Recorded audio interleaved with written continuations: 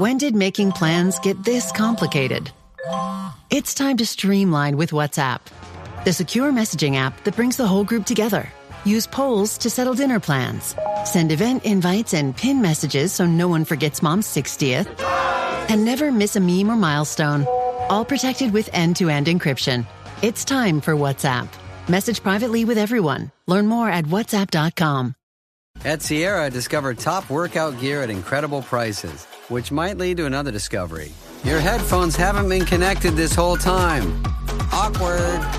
Discover top brands at unexpectedly low prices. Sierra, let's get moving. That's the sound of the fully electric Audi Q6 e-tron and the quiet confidence of ultra-smooth handling. The elevated interior reminds you this is more than an EV. This is electric performance redefined.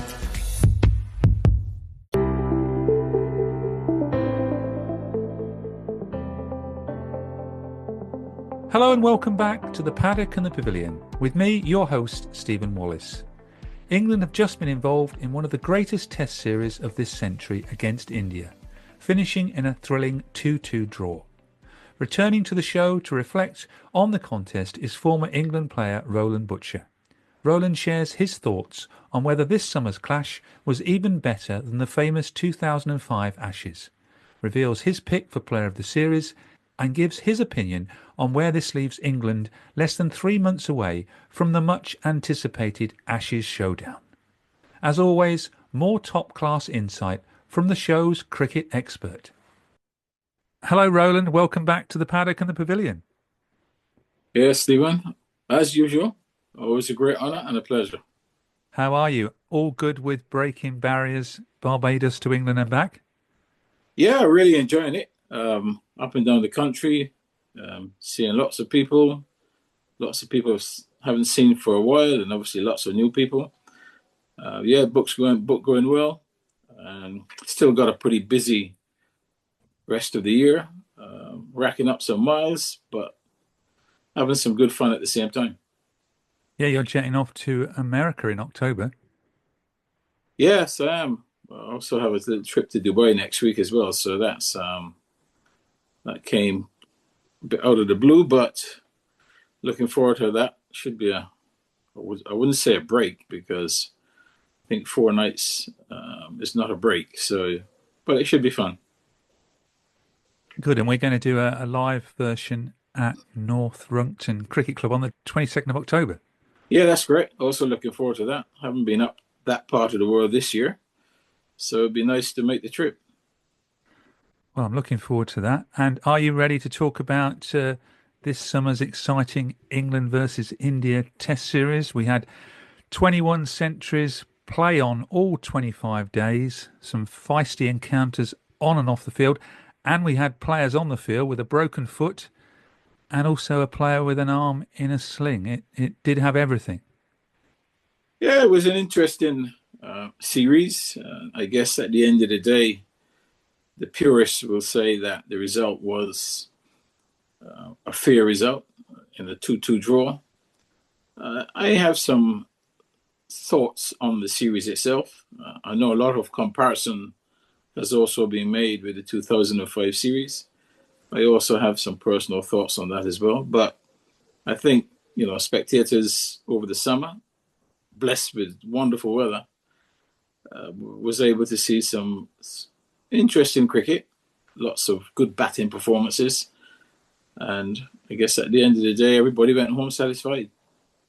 Yes, the first question I've got from Sean Belugi, one of your friends, asked that question: was it the greatest Test series, or is that just clickbait? Yes, first of all, let me say good day to Sean, and thanks for the question. Sean, I think personally, I do not think it was the best series. I believe the 2005 series eclipsed this particular series, the Ashes against Australia. And I think for the simple reason is, for me, that this series runs were much easier to come by than they were in the 2005 Ashes series. There was some terrific fast bowling on shore during the 2005 series. both from the Australians and from particularly Freddie Flintoff. On the England side, and Simon Jones. In this series, I think it was very short of fast bowling, so batting really was quite easy on some very good friendly pitches. Still have to make runs, which they did. As you said, 20-odd centuries is a phenomenal amount of runs, and it also backs up what I've been saying is that in the bowling department, I don't think it was anywhere near quality of 2005. So, Sean, at some point in time, we will have personal discussions on this, but I really believe that while it was a marvelous series, that 2005 gets the edge for me. I'm pretty sure I've got another question from Sean before the end of this podcast, but briefly, let's talk about Old Trafford, the fourth test, and the Oval, the fifth test. We covered the other three tests in episode 351. Old Trafford, what an incredible rear guard by India. It was, and I think really when England look back at this series, they would realise that, they should have sewn the series up because, that was a rear guard action by India, and you got to give them a lot of credit because, most teams don't come back from that sort of deficit, but I think with the quality of batting that they've got, also the flatness of the pitches and no real fast bowlers on shore for England, they were able to wriggle themselves out of a very, very difficult situation. But I think England would be the more disappointed of the two teams because they had every opportunity to wrap this one up. I think, as we know, in the early part of the series, India had a chance to be in 2-0 up. They missed that opportunity. England gets themselves, 2-1 in front. Going into that fourth test, could have wrapped it up, got themselves in a marvelous position, but India fought back, certainly with the bat in the second innings to draw that test match. But my conclusion when I look not just at that test, but at the rest of the series, that really it was a series of missed opportunities by both teams. Yes, England scored 669 centuries for Root and Stokes, led by 311 and had India at 0 for 2. Yeah, listen, real opportunities. From, right through the series, there were opportunities. As I said, India missed those opportunities in the first two to be 2-0 up. Then got themselves, back into it with that win in the third one. Fourth could have been decisive, but obviously went on to the fifth, where India did what they had to do. And in the fourth test, England did drop 3 catches. Jadeja, who made a century, was dropped first ball. Difficult chance by Joe Root. Yeah, chances, listen, everybody drops a catch from time to time. And because the catch is difficult, doesn't mean it can't be taken or it shouldn't be taken. So, that was an opportunity missed. That was good fortune for Jadeja because he went on, obviously, to get 100 and a game-saving 100 at that. And, he almost did it again later on in the last test. What did you make then of the close of the fourth test when England wanted to end play when Washington Sundar and Jadeja were both in their 80s? Listen, there's no love in professional sports, so, they would have had their reasons for doing it. Obviously, India would also have their reasons for wanting to carry on. I hold no blame for either side wanting to halt it or to carry on. That's all part and parcel of the game. It's a chess game, cricket, and everybody's trying to jockey for position. For me, it's just something that happened. I'm not making a big fuss about it. You've mentioned it already in this podcast, but did the Old Trafford match expose the frailties of England's bowling attack? Yes, it did. Right throughout the whole series, I thought the England attack just lacked that cutting edge. It was okay, but on these, friendly flat pitches, which they were, I think it really required something extra. I think a fully fit Mark Wood and Joe Archer, would have given England the cutting edge that they required. You saw in the latter half of the series how even a bowler like Jasprit Bumrah of that quality, suffered on those flat pitches. So, yeah, the frailties were there definitely in this series as far as the fast bowling was concerned. What did you make to Liam Dawson, 47 overs in the second India innings, 0 for 95? Yeah, creditable. Obviously he's just come back into the side. You can't expect that he's going to come and pull trees up in a series where the spinners are really struggling on both sides. So to only go for 90 odd in 47 overs, I think that's a creditable position. Because it was, it wasn't a match-winning performance. It was more of a holding role that he had to do because, spinners were not in this series couldn't really be that attacking because there was nothing on offer for them in terms of pace and bunks and having spinning bunks and having people around the bat. All the spinners were coming on really to keep it tight and try and, winkle a wicket out here and there. So, he should be quite happy with his performance. One person at Old Trafford who did have a spectacular match was Ben Stokes, 5 wickets in an innings, and also his first century for England since Lord's in 2023. But I've got a question from David Fountain. Did Ben Stokes bowl himself too much, resulting in him missing the final test at the Oval? Yeah, first and foremost, those performances by Ben Stokes were welcome. He, by his high standards, would say that he wasn't at his best with the bat up until then, but that was a marvellous knock at a time when it was required. I think he tried to, the doubters who believe that he's injury prone and, cannot bowl for long periods. I think he was trying to put those doubters to shame. And in the process, obviously, it affected himself. I thought at times when I was watching that, he was bowling too much. There was one particular spell where he bowled a phenomenal amount of overs on the bunks, one after the other. For someone with his injury record, I thought was really taking a chance. But he's that sort of lion-hearted player who puts it on the line for his team and for his country. And at the end of the day, he suffered as a result. But yeah, excellent performance. Moving on to the Oval, and start really with a question from the former England over 60s captain, someone you know well, Richard Merriman, who asked, did England lose the final test or India win it? Richard, what I would say is that it was a very good test match. Both sides played some good cricket. But I think when you got down to the very last stages of the game, really, England should have won the game. They were about 300 for 3 or something like along those lines.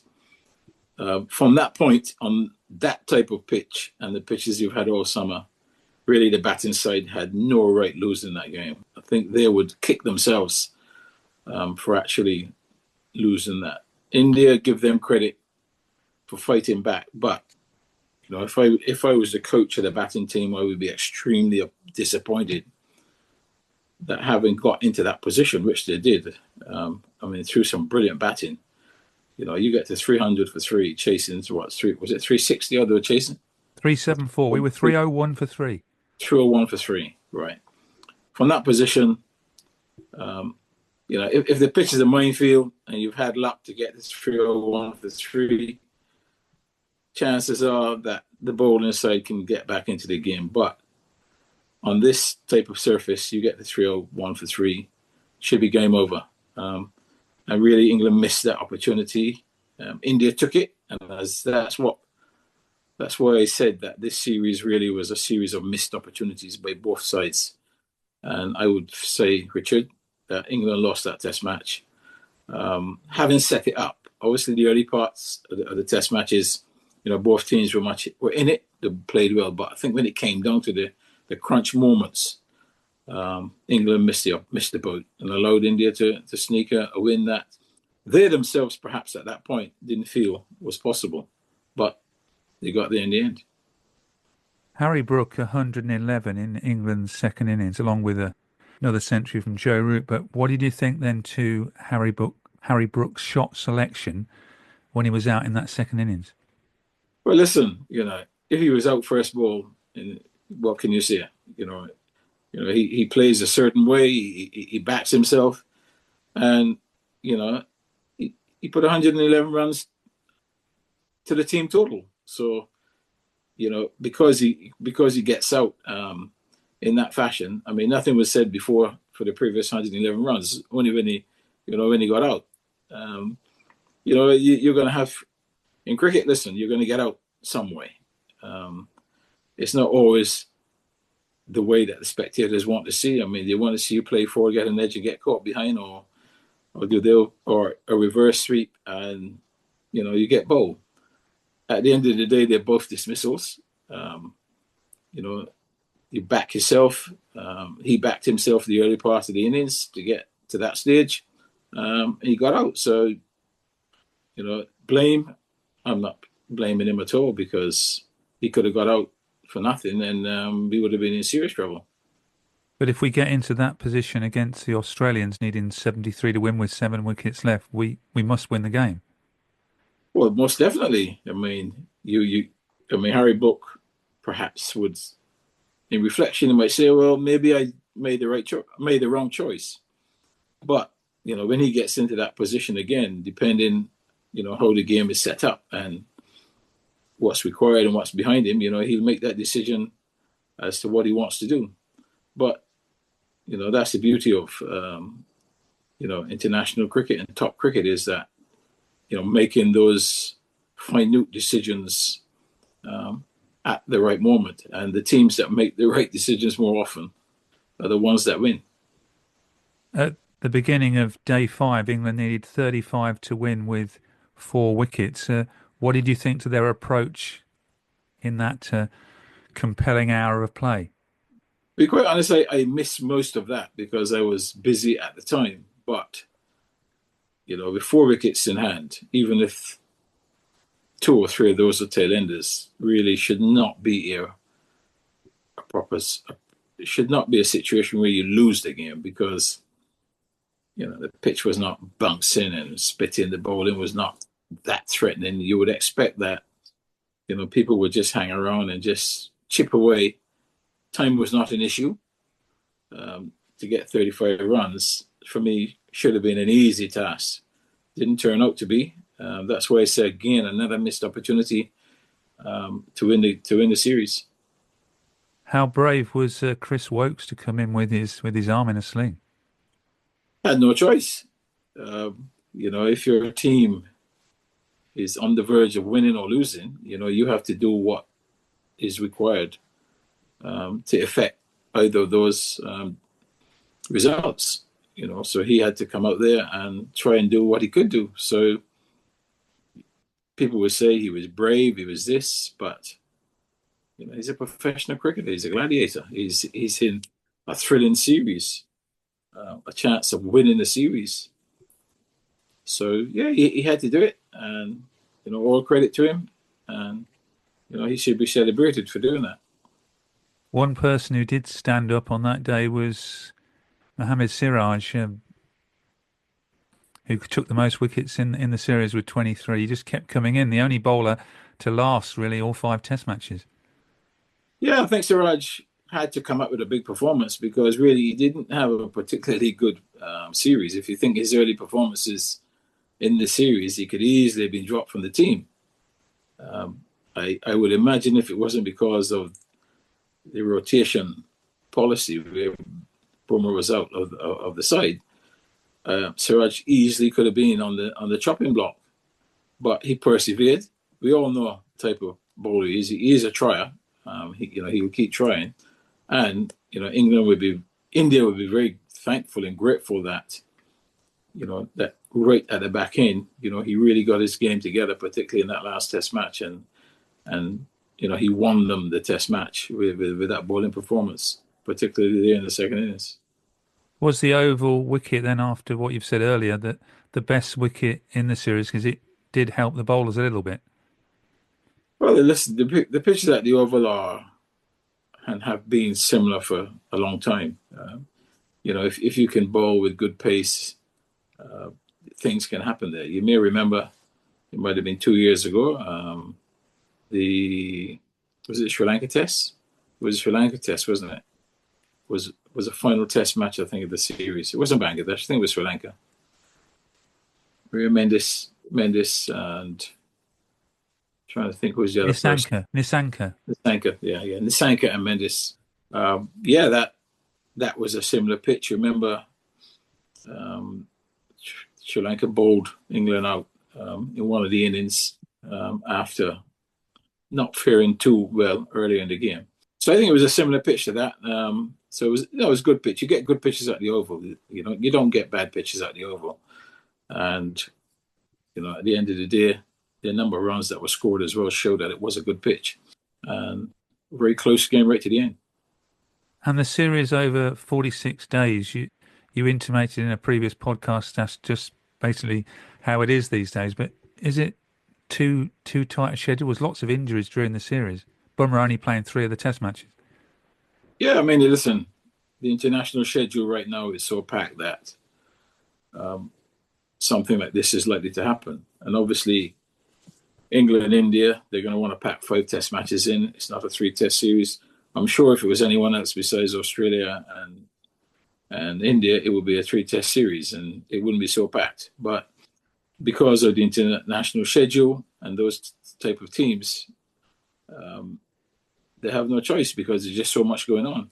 Yes, and as a result of that, players will get injuries. We're not machines.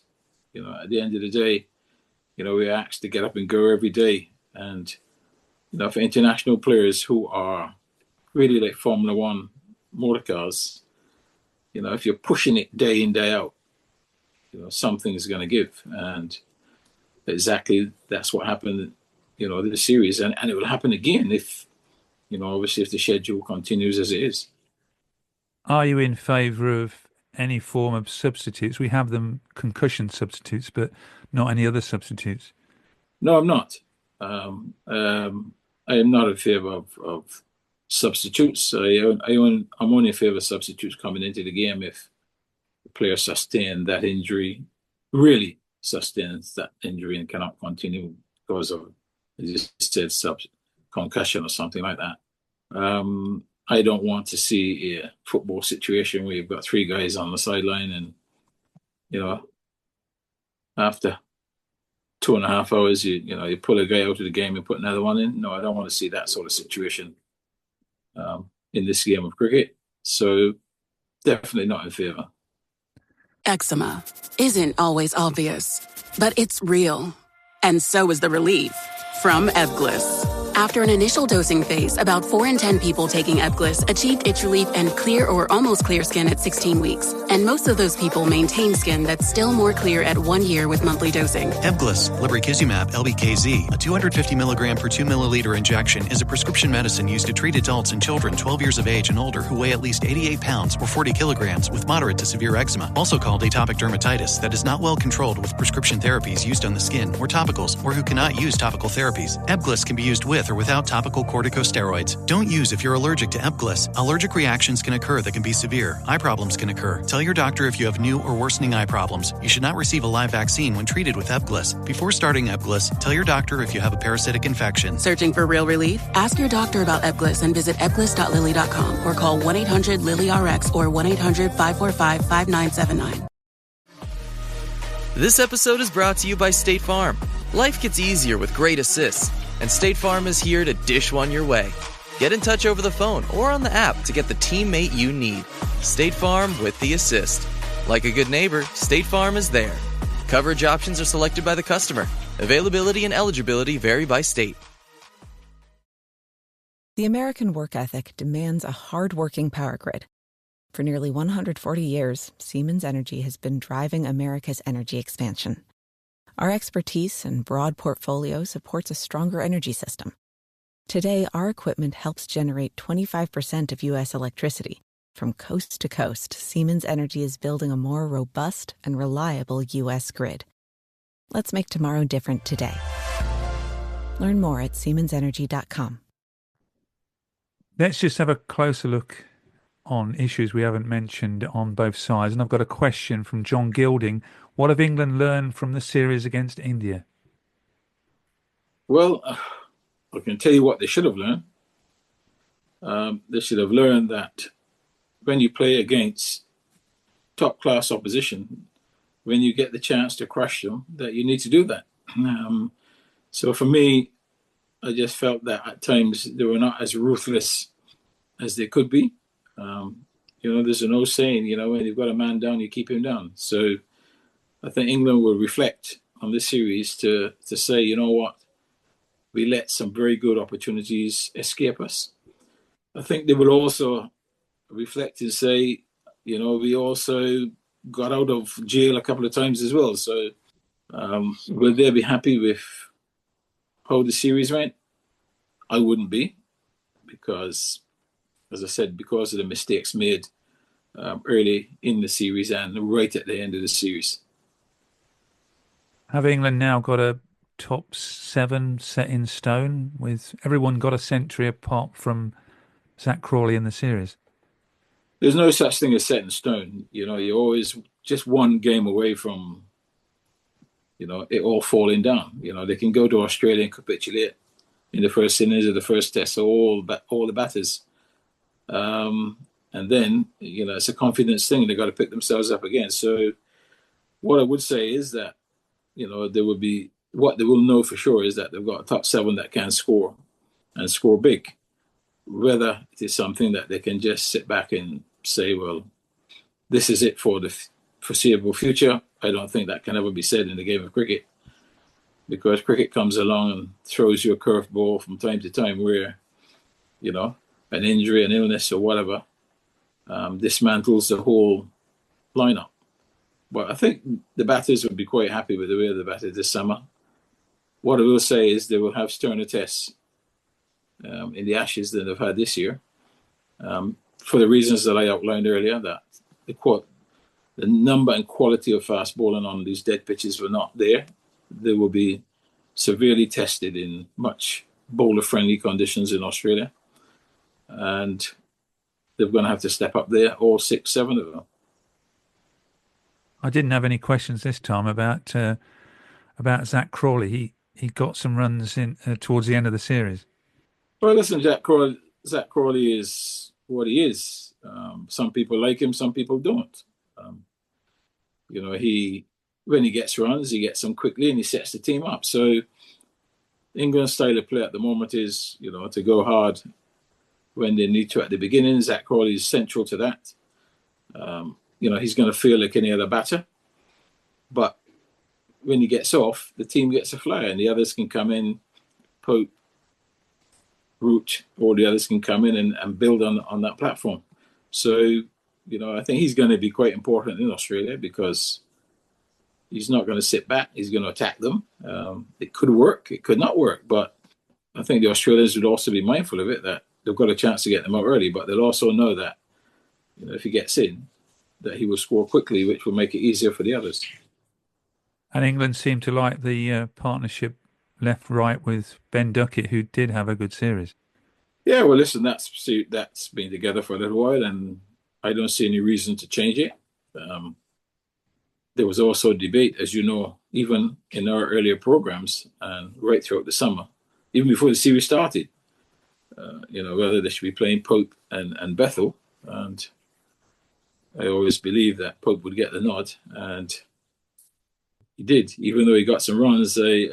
The people who felt that he should still be dropped afterwards. So I don't know what people really want from players. Listen, no player ever gets 100 every game he plays. The stats show you that the very top players, and I'm talking about the very top, the best only gets a score 4 times out of 10. So a player who's below that, how can you expect him to get a score in a test match more than that? He's going to be 3 times. If he's getting 3 times out of 10 top batsmen, he's doing well. The very best do 4. So Pope chips in.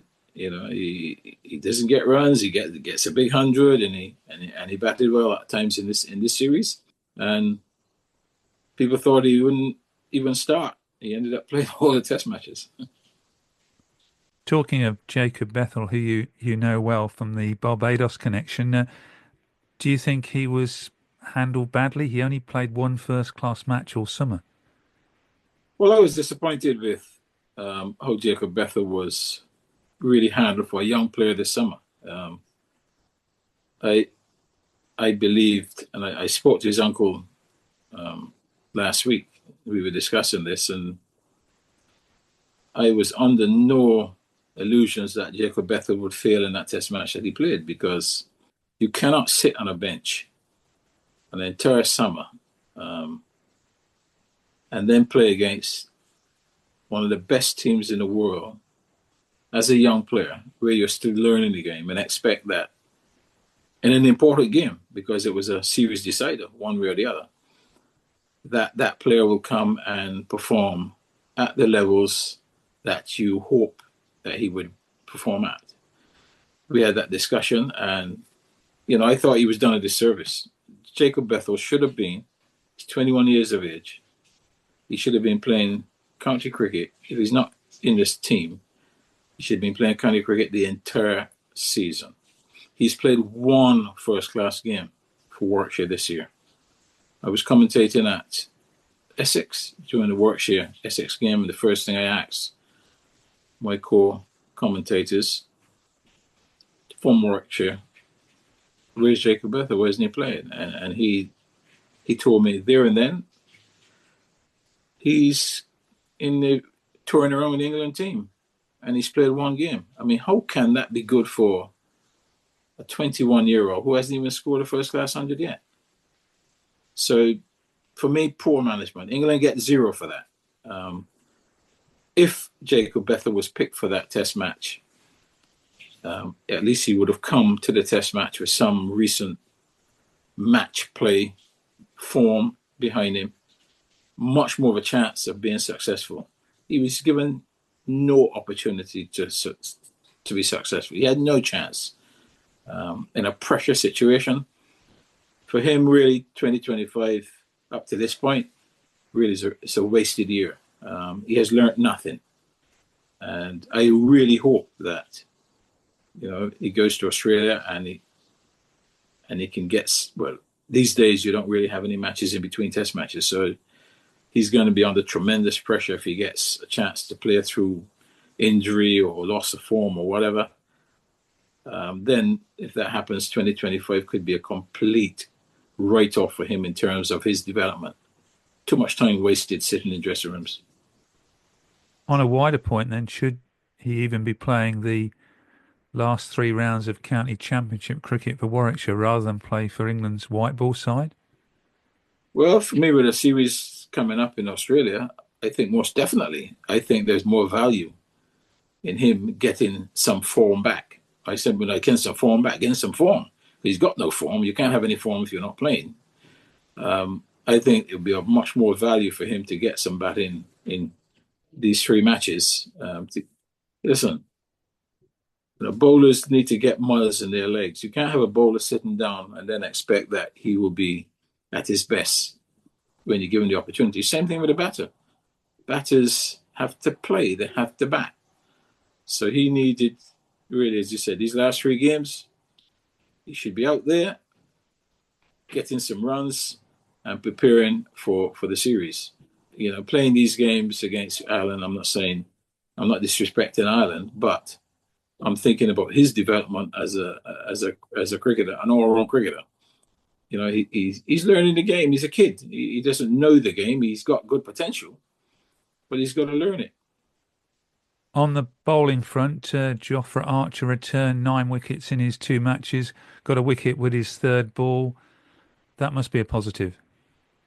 Yeah, it's a positive, but again, for him, he's going to have much harder tests. He's going to have, against Australia, he's going to have to be at his best because, they've got some very punishing batters who know their conditions well. They would also know the threat that he posed, and if he's not 100%, then it could be tough for him. But I think from an England perspective, it's good to have him back, in this setup because you do need fast bowlers. You've mentioned Archer. I want to know what the position is with Mark Wood, how close to fitness he is or not, because you know, he would be someone the Australians would be wary of his exceptional pace. So to get him back, if you've got Cass, the pace attack now starts to look good against Australia. But Archer needs to be fit, and he needs to have some overs behind him as well. They seem to have discarded sort of Ollie Robinson though now, don't they? Yeah, Robinson at the moment is out of favour, but Atkinson came back into that last Test match, so he's a good returnee to the side because as you know last year he had an excellent year and through injury obviously found himself out of the team, but I think he will be certainly a good addition. Robinson, well he's got work to do, but it's good when you've got 6-7 guys fighting for those places because no one can rest on their laurels, and that's a good situation for England and for the team. A question about England's spin bowling from Ken Hutchinson. Should England persist with Shoaib Bashir as our main spin bowler, or is it time for England to select Rian Ahmed? I think Bashir does what England want them to do. He's not a Nathan Lyon, who's going to rip through the bowling, the batting. He's a holder, and then he can pick up some wickets as well. So he fits what England wants him to do. I think if you look at the others, I think Riyad Ahmed, talented, but would be too expensive a bowler. Bashir is not going to be as expensive. England requires control from their spinners at this moment in time. There's no Graham Swan around, that type of player. So Bashir fits the bill. He holds the team together. He can bowl long periods for one end. Ahmed is an attacking bowler. So an attacking bowler will go for runs, which is not always the thing that you want. So right now, I think Bashir will hold his position in the side. Looking at India, a young side, they were missing Mohammad Shami, Virat Kohli and Rohit Sharma had just retired, as had Ashwin not long before that. Shubman Gill, a young captain, he really impressed, 754 runs in the series. Yeah, he did. He batted really well, and you've got to give also credit to Rahul at the top of the order, who was outstanding. He gave the team real solidity. But I really believe that India right now are a team that other teams can beat because while they've got fantastic batters who can get big scores, they don't have a lot of match-winning batters. And that, I think, is what's going to hurt them going forward. Yeah, there's no Rohit Sharma. Right. The only match winning batter that they've got right now in the side is Rishbhan Pant, the keeper. Right. He's the only match winner. The others will make runs and will make plenty of them, but they will not make them quickly. So I believe that makes India vulnerable in the right conditions. Right now, they're vulnerable to be beaten by other teams. When you had Rohit Sharma in the side, you had Virat Kohli, players like that who, could take the game away from you and take it away from you quickly. Rahul will bat long, will make runs. Gill will bat long and make runs. Most of the others, apart from Pant, will bat a long time. But Pant will get you runs quickly and get you in winning positions. So while they've got a formidable batting lineup, I still see vulnerability in the team. Should they have picked Kuldeep Yadav in some of the tests on dry wickets? They seem to be trying to make sure they had 8 batsmen all the time. Well, listen, they were batting friendly pitches. Would Yadav have made much of a difference? I doubt it, because I think the pitches was just so good. The spinners really had a rough time. The wickets that Washington Sundar got were balls that went straight on. He he got wicket, spin the ball, went straight on. There was no turn whatsoever. I think the pitches really were very, very, very friendly for the batters.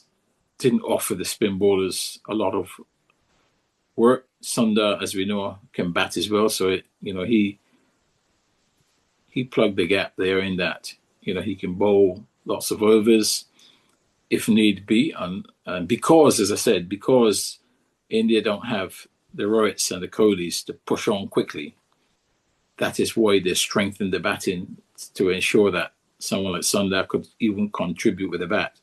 But Kuldeep, I think Kuldeep was, because of the type of pitches, is probably why he didn't play. I think in another country on different pitches, then obviously he would have been the option. But these pitches were just too flat for spinners.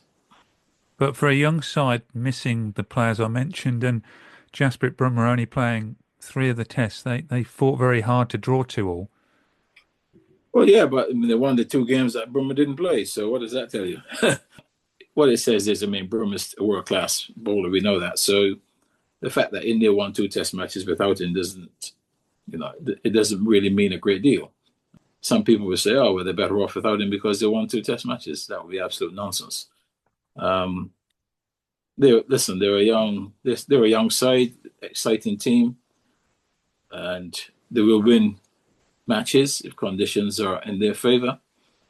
I think on flattish pitches, they're going to be okay, but they're not going to be an outstanding team, simply because, as I said, in international cricket these days, scoring runs quickly puts you in a good position because of the flatness of some of these pitches.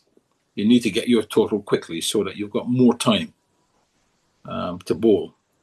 And India right now, unless those young players can change to that type of play, will need as much time as possible to bowl the opposition out. I think their next test match series is against the West Indies, I think. Yeah, well, that's going to be a different story. I would expect that Sunda and Kuldeep will play. It's in India. I would not expect anything other than turning pitches. So I would think both of those players would play in that series. You're listening to the Paddock and the Pavilion with me, Stephen Wallis. Roland previously joined me to discuss England versus India tests at Headingley, Edgbaston and Lords in episode 351. You can find this and nearly 400 other episodes on Apple Podcasts, Amazon Music, Spotify and on our YouTube channel. Now let's return to my chat with Roland and hear who he's chosen as his player of the series. So who would be your player of the series? Well, really, for me, there are only 2 options on the table, really. Shubman Gill's batting was, sensational. I would put Joe Root alongside him. Joe Root's batting remains at that level that very few players can reach. In the process, continues to break record after record, hundreds. I am going to really, even though Gill scored all of those runs, I'm going to put Gill and Root as joint players of the season, of the series. And a mark out of 10 for England for this series?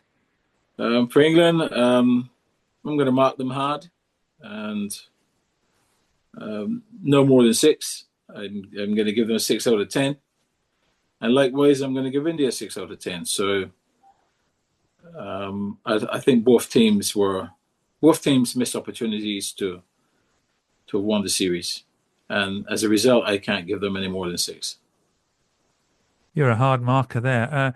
Just a brief talk about the Ashes, which begins on the 21st of November. I've got a question then from Sean Belushi. have England ironed out a team that will be able to go to Australia and win? And what mark will they need to do to win a series in Australia? Well, listen, you can't. You're not going to win in Australia if you get 6 out of 10. That is for sure. Even a weak Australia team playing against England are going to step up and they're going to push you to the limit. So I think England have got to get their game up to 8 plus to be still in the game. They can have an opportunity. I think right now Australia are vulnerable at the top. They're still looking to find an opening batter. So that's a little area that England can capitalize on. England batters for all the runs they've scored was going to be severely tested against a world-class bowling attack. So, they're going to have to step up as well. I think it's going to be, a good series. I'm going to really look forward to it. I'm going to enjoy it. And I think the real thing for England is going to be is, can they keep the fast bowlers fit? The fitness of those fast bowlers are going to be key for how England really do in the series. If those fast bowlers remain injury prone and Australia get in front, they've got some pretty destructive batters down under, and we know of the bowling attack already. It's going to be what it has been for many years, quite relentless in what they do. The England bowlers are going to be the key, because they will take pressure off the England batters if they remain fit by pegging back, the Australians. If they're not fit and they can't peg them back, then that creates pressure for the batters, because the Australian bowlers will come at them with a lot more confidence, and it's going to be tough. So pray that those 5 fast bowlers can remain fit right throughout the series. Ben Stokes being one of them, he's got to be fit from Perth to Sydney, hasn't he? Yeah, well, he's going to have to manage himself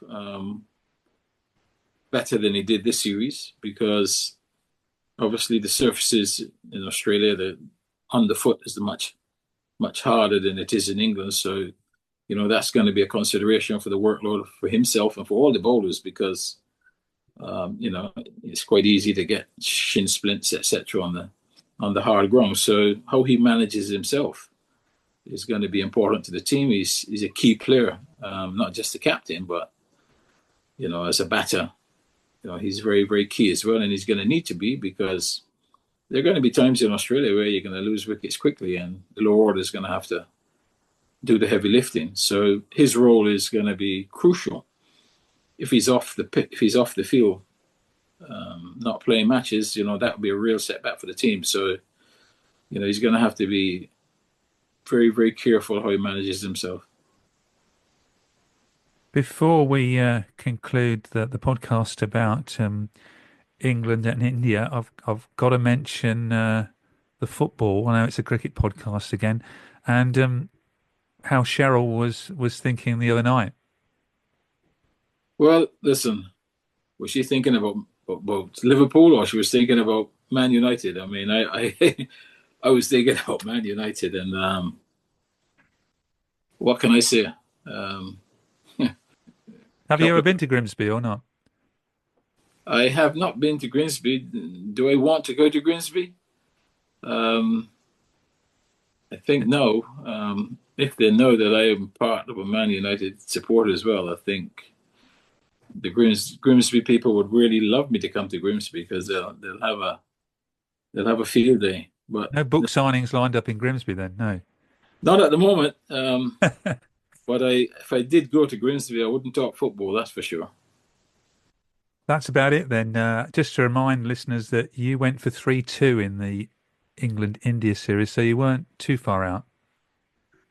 No, really, listen, going towards the end of that last test match, really, I saw a 3-1 really for England. They would really decide that they've thrown that test match away, really. As you said, 35 runs, 4 wickets in the hand to win the series 3-1. that was disappointing. Yeah, I went 3-2 because I felt both teams would win test matches, and I thought one team would win 3, which that fourth test could easily have gone that way as well. Had England won that test, they would have been 3-1 up. I'm pretty sure India would have won the last test. And I would have won the money, 3-2. But I think I'll take the 2-2. I wasn't far off. But as you said in the last podcast, the spectators and the game were the winner.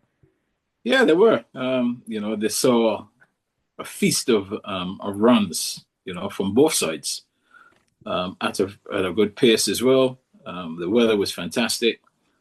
Every test match went into the 5th day. At the end of the day, the spectators really had value for money. And I think both England and India spectators, they would have gone away smiling. Either of them didn't lose the series. So they would say overall, I really enjoyed that. And the outcome was, we live with that. Yeah, 2-2 seems to be the scoreline. England's last 2 home series against Australia have been 2-2, and now the last 2 against India have been 2-2. Yeah, I mean that's I would not be too happy with that, because drawing series at home is not great. I mean, if a draw away from home, that's fantastic. Home draws, I'm afraid, sorry, don't cut it with me. You either win at home or you get beaten by a better side. But at home that should be your castle. You should be the king of the castle at home. England has said last 2 series they haven't lost, but they have not been the king at home. Well, let's hope they're the king away. Thank you very much, Roland, for being back on the show, and hopefully we can even consider doing a preview of the Ashes before the end of November. Yeah, it's a great pleasure as always, Stephen. Listen, I'm a cricket man through and through. I love talking cricket. I love watching cricket. I love following cricket. I love thinking where the game is going to go in the future, what needs to happen. So talking the cricket is what I like to do, and certainly look forward to discussing the Ashes, something that I'm looking forward to as well. And yeah, we will have some good fun discussing that as well. Thank you very much. Great pleasure.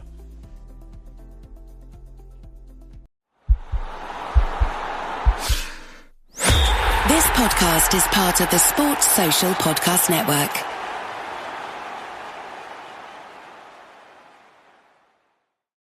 Popsicles, sprinklers, a cool breeze. Talk about refreshing. You know what else is refreshing this summer? A brand new phone with Verizon. Yep, get a new phone on any plan with Select Phone Trade-in and My Plan. And lock down a low price for 3 years on any plan with My Plan. This is a deal for everyone, whether you're a new or existing customer. Swing by Verizon today for our best phone deals.